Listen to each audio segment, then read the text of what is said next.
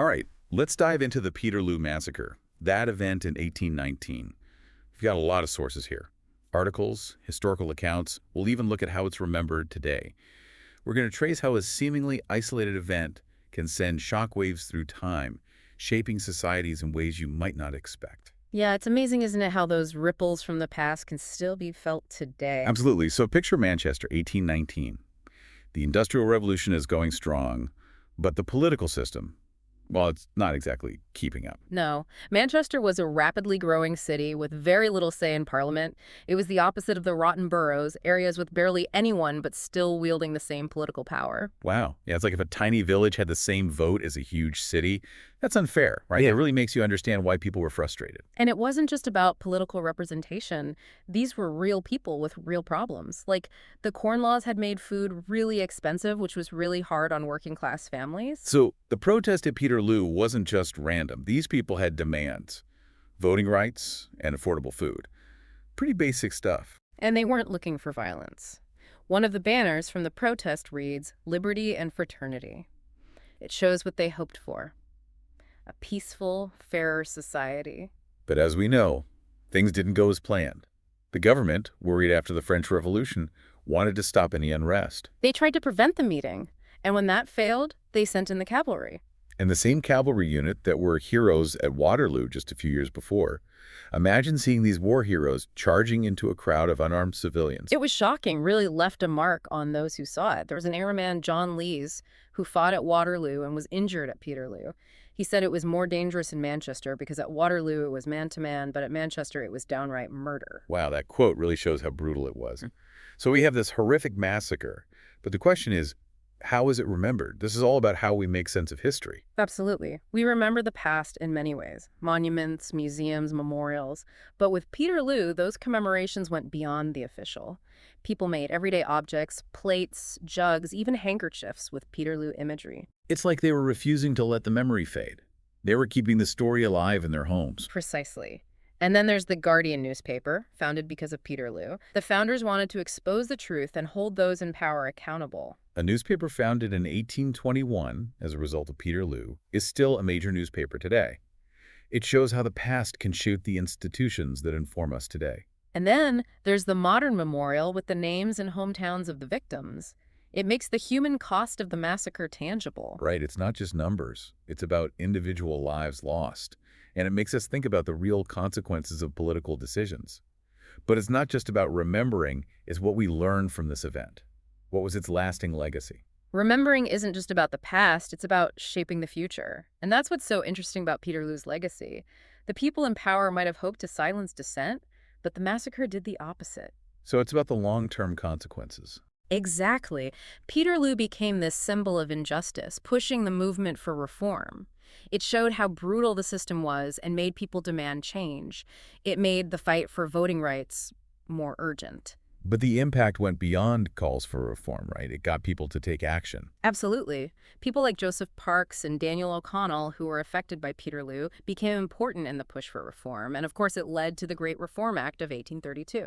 So this local event in Manchester had big consequences, contributing to a big change in British politics. Precisely. And it shows the power of collective action, of remembering and learning from events like Peterloo. It makes you wonder, what events are happening today that might seem small now but will have huge effects in the future? That's a really good question. A perfect place to stop for now. Makes you think, doesn't it, how small actions can lead to big changes? Yeah, like those people who made the plates and jugs with Peterloo imagery on them. They couldn't vote, but they made their voices heard. It was a way to resist, keep the memory alive. It probably influenced others in ways we can't even imagine. And speaking of making voices heard, we can't forget about Peterloo's impact on journalism. The Guardian was created because they needed a platform for truth and accountability. It's crazy that we still see Peterloo's effects every time we read a Guardian article today. It really shows how journalism can shape what people think, don't you think? Absolutely. The events at Peterloo led to a newspaper that's now a global voice for progressive values. Even with tragedy, there can be hope and resilience. Yeah, it's like a reminder that fighting for a better world never stops. Exactly. And it makes us think about how we see history. We see it as a fixed story, but it's always changing based on how we remember and interpret it. So we're not just reading history, we're part of shaping its meaning. That's powerful. It is, and that's why events like Peterloo are so important to look at again. They make us think about our own roles in society and what we can do today that might have big effects in the future. It all comes back to those ripples, right? Connecting the past, present, and future. Exactly. If we understand what shaped the past, we can handle the challenges of the present and maybe even change the future. We've talked about a lot, but what does it all mean for us, the listeners? How do we take these ideas about history and ripples and use them in our own lives?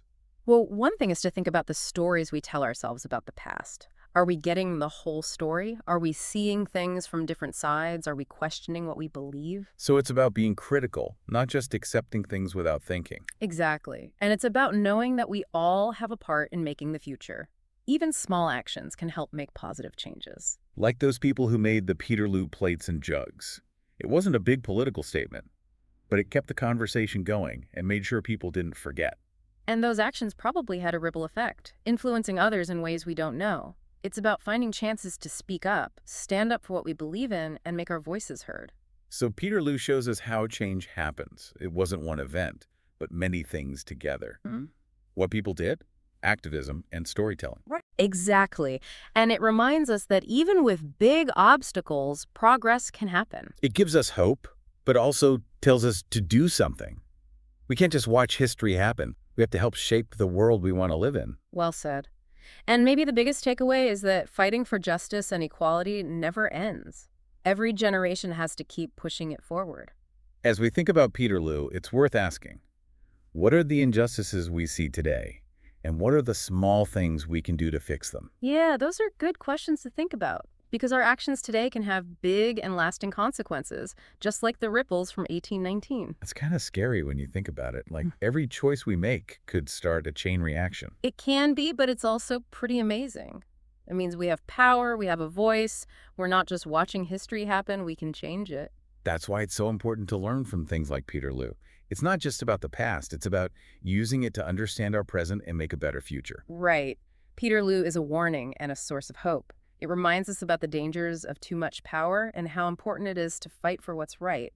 But it also shows us that things can change, even when it seems impossible. You know, the people at St. Peter's Field that day, they didn't see the results of what they did. But their sacrifice, their bravery, it led to changes that helped so many others. That's powerful. It reminds us that even if we don't see results right away, our actions can make a difference in the future. So as we finish this deep dive into the Peterloo Massacre, I have this question. What's happening today that might seem small now, but will have huge effects later? What's going to be the Peterloo of our time, good or bad? That's something we should all be thinking about. We have the power to shape the world for future generations, just like the people who came before us. That's what's so cool about history. It's not just dates and facts. It's a living story, and we're all part of it. Every choice we make adds to it. Let's make sure we add something good.